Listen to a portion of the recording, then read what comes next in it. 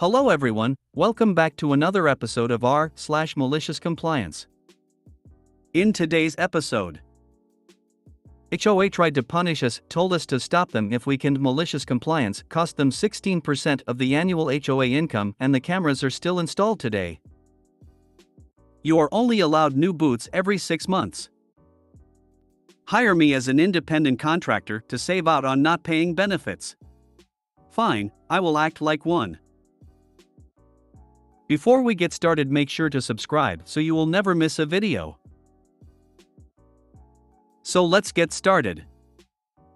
HOA tried to punish us, told us to stop them if we caned malicious compliance, cost them 16% of the annual HOA income, and the cameras are still installed today. This happened several years ago, and is a multi-year long story. I'll keep it as succinct as possible. We installed cameras in front of our home that were looking at our vehicles.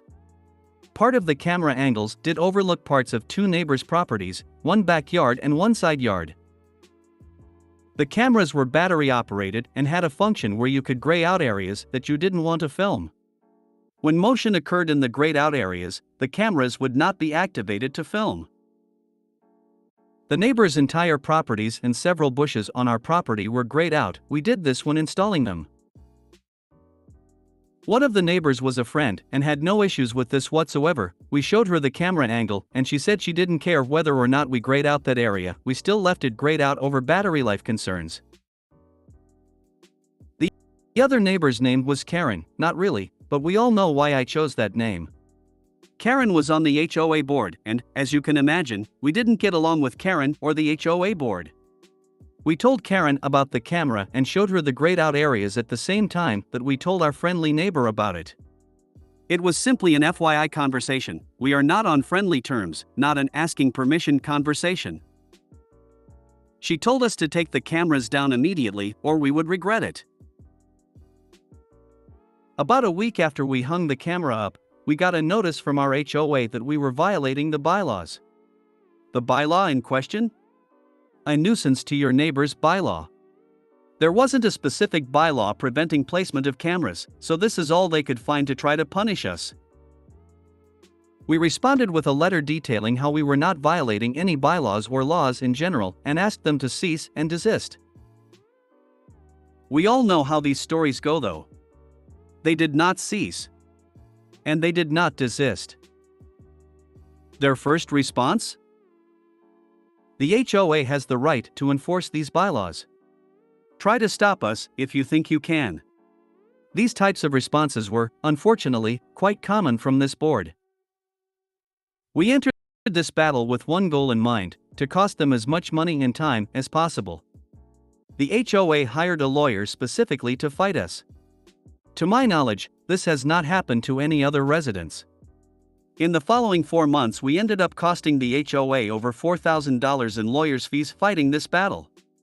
For reference, the entire HOA income was $25,000/year. When it came time for our official HOA hearing over the matter, we had successfully postponed it, thanks to an attorney friend, 3 separate times. There were over 100 back and forth emails with the HOA attorney and ourselves. Each one of those emails was a 15-minute expense for the HOA.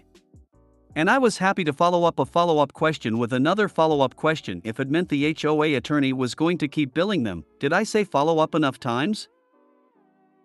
We didn't actually want to take this battle to court, so we ended up removing the cameras the day of the hearing, to prevent being fined even if the fine wouldn't hold up in court. The HOA decided in the hearing that we were guilty, surprise, surprise, of violating the bylaw. They couldn't fine us as the bylaws don't allow a fine until after a hearing has been held and the cameras were already removed. In the end, the punishment was a sternly written piece of paper on the attorney's letterhead, delivered via certified mail, that stated that we were not allowed to place a camera on our home that had the potential to invade a neighbor's privacy. Keep in mind, the letter specifically stated the camera could not be placed on our home. We left the cameras off of the home for about 4 months until the annual HOA meeting. You should have seen the look on the HOA board's faces when I asked them to explain the $4,000 line item for attorney's fees that simply stated title searches, attorney fees. The board actually tried to hide the fact that they spent $4,000 trying to fight us over a couple of cameras by putting the fees in as title searches. Needless to say, that meeting did not go well for them. About half of them lost their positions on the board. The other half, including Karen, unfortunately, remained on the board.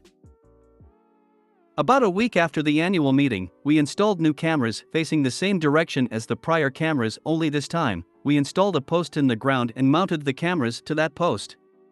The admonishment we received after the hearing specifically stated that we were not allowed to install cameras on our home and said nothing about putting them on a post. They did send a letter to try to tell us to remove the cameras, but a sternly worded response indicating that we were prepared to fight them actually worked this time around. I guess they didn't want to spend another $4,000 fighting us. We didn't receive any follow-up responses. And the cameras on the post are still installed to this day, over 2 years and running strong. Wonder what it would have cost them if you had also charged Karen with being a nuisance. She certainly sounds like one. That's the part that makes no sense. Nuisance to your neighbors, could they not throw that right back into the Karen's face? She was being a nuisance to them first. I think if you got something along the lines of "go ahead and try to stop us" in a situation like this, you'd have fair ground for a harassment lawsuit against the HOA board, which is technically separate from the HOA as they're individually responsible. Yes, but the HOA probably has an indemnity obligation and insurance for the board. It's not necessarily required, but I believe it's standard pretty much everywhere, especially the kind of places willing to sue over bullshit like this. Unlikely. The HOA has, in its nature, the legal ability to contact people to correct violations. You would have to get someone, an arbiter, judge, etc., to determine something is not a violation to start looking at actioning the HOA. Those are some pretty amateur bylaws if you can get away with installing unauthorized posts on your property. Screw HOAs. It's literally just busybody Karens with nothing better to do. It's unfortunate that their stubbornness and hubris cost the rest of the HOA $4,000. And another thing I've noticed about such Karens, they don't think the rules apply to them, but they are wonderfully happy to use the rules as a cudgel against others. I totally get where you're coming from, but I'm on the other side of the problem. My neighbors have a camera pointing directly in our backyard facing our patio furniture where my wife sunbathes, in a bathing suite. I 100% get the need for cameras, we have them too, but it's unsettling feeling with their point-blank direction. I've not asked the neighbors to repoint them yet and certainly wouldn't go through the HOA, but it still feels like we're being watched 24/7. From our interactions, brought cookies to welcome them, they do not seem friendly, asked us to leave the cookies on the doorstep and come back at a better time for them. Just wanted to add my 2 cents with respect to what it feels like to be on the other side. Add up. You are only allowed new boots every 6 months. This happened back in 1989 when I was in the Navy. When I first checked into my squadron, I was issued a couple pair of coveralls and a pair of flight deck boots. They had special treads to prevent from catching debris like gravel or mud, and had steel toes. Being government-issued boots, they were relatively low quality and uncomfortable. You could buy your own boots, but I was new and couldn't afford to buy anything extra. Anyway, I worked on the flight line that was about a half-mile long and which was made of rough concrete. I walked an average of about 5 to 10 miles a day going from aircraft to aircraft doing routine servicing. About 4 months after I was issued the boots, the soles of the boots wore down to where the tread was bare and the leather on the toes wore out, showing the steel inserts. I went to the supply office to see if I could get another pair of boots. There was an E5 supply clerk in the office who I later found out was a super Karen and was sleeping around with some of the senior enlisted personnel. She asked when I got my current pair of boots and I told her about 4 months ago. She said that I was only allowed new issued boots every 6 months and if I wanted new boots, I had to buy them on my own. Being a newbie, I just took her word for it and just left. Looking back, I should have told my supervisor, but I thought he would have told me the same thing. About a week later, the soles on the front of the boots started peeling off and flapping. So I got some wire and sewed the soles back temporarily. I figured they just needed to hold on for a few more weeks. I also duct taped the toes to cover the exposed steel inserts. One day, I was helping unload a helicopter that just came in from a mission, and one of the pilots happened to be the squadron commanding officer. He noticed the duct tape on my boots and asked why I didn't get new boots from the supply office. I told him the supply clerk would not issue me any because it has not been 6 months since I got my current pair.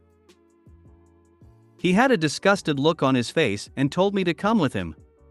He went straight to the supply office and sternly told the clerk to get me some new boots now. The clerk looked like she was gonna cry. She didn't even try to argue with the commanding officer.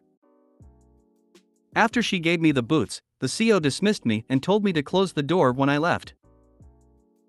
I love how some supply clerks seem to think that they are giving away their own personal items and are not going to just help out whoever comes here need it. Happened to me, supply sailor refused to issue me several items purely because I was in a different department. I took great pleasure being her superior when I transferred branches. Yeah, supply can be so stupid. I worked in electronic repair in the Navy. The equipment needed a single fuse, so I would order one, but supply says they only come in packs of 5. Okay, I will order 5. Supply says no, you can't order 5 because the equipment only takes 1. So, equipment stays broken, or you go to the higher-ups?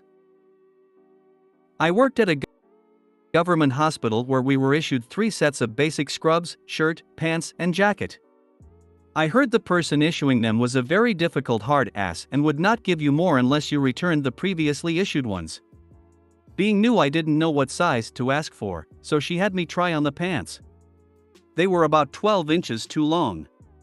She shook her head, said to come back tomorrow. I returned and she had hemmed them for me. Nice surprise. She acted gruff but was pretty nice to me. If you were Navy, you will understand how Marines on fleet duty were treated.